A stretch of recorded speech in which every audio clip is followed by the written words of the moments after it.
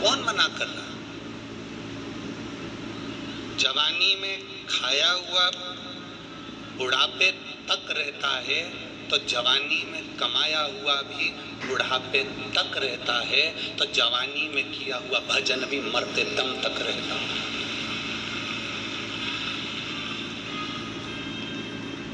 जवानी में खाया हुआ जब मरते दम तक बुढ़ापे तक रहता है, शरीर में बल रहता है, काम करते रहते, फुर्ती बनी रहती है। जितना नवयुवक बेटा बेटी काम नहीं कर पाते, उससे दुगना बुजुर्ग काम कर लेते। आज 45-50 साल की अगर बहू है, 45 साल 50 साल की कोई बहू है, तो वो अपने आप में बूढ़ा समझने लगती है कि अब हम तो भैया अब हमसे नहीं बनता। वो अपने आप में कह देती है कि मुझसे नहीं बनता। और उसकी सास बैठी है घर में 72 साल की, 75 साल की,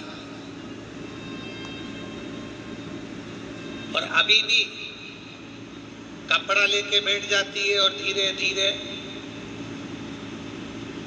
लगी रहती है। अगर कपड़े में नहीं करेगी तो कपास लेके बैठ जाएगी, बत्ती बनाती है। मतलब वो फ्री नहीं बैठी है।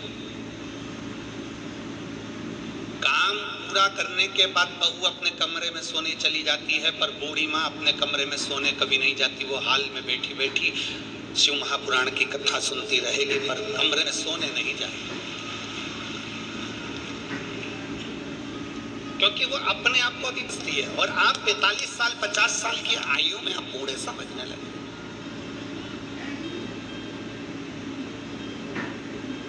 अपने विल पावर को मजबूत करो मेरी जीजियों।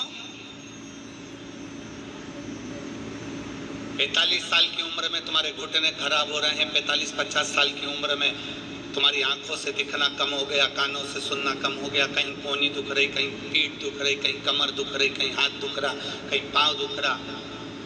प्रयास करो, मेरी जितनी जीजियां बैठी हैं और जितनी यहाँ पर 35, 40, 50, अपने आप को बूढ़ा कभी मत समझना। और जितने मेरे जीजा बैठे हैं अपने आप को बूढ़ा मत समझना।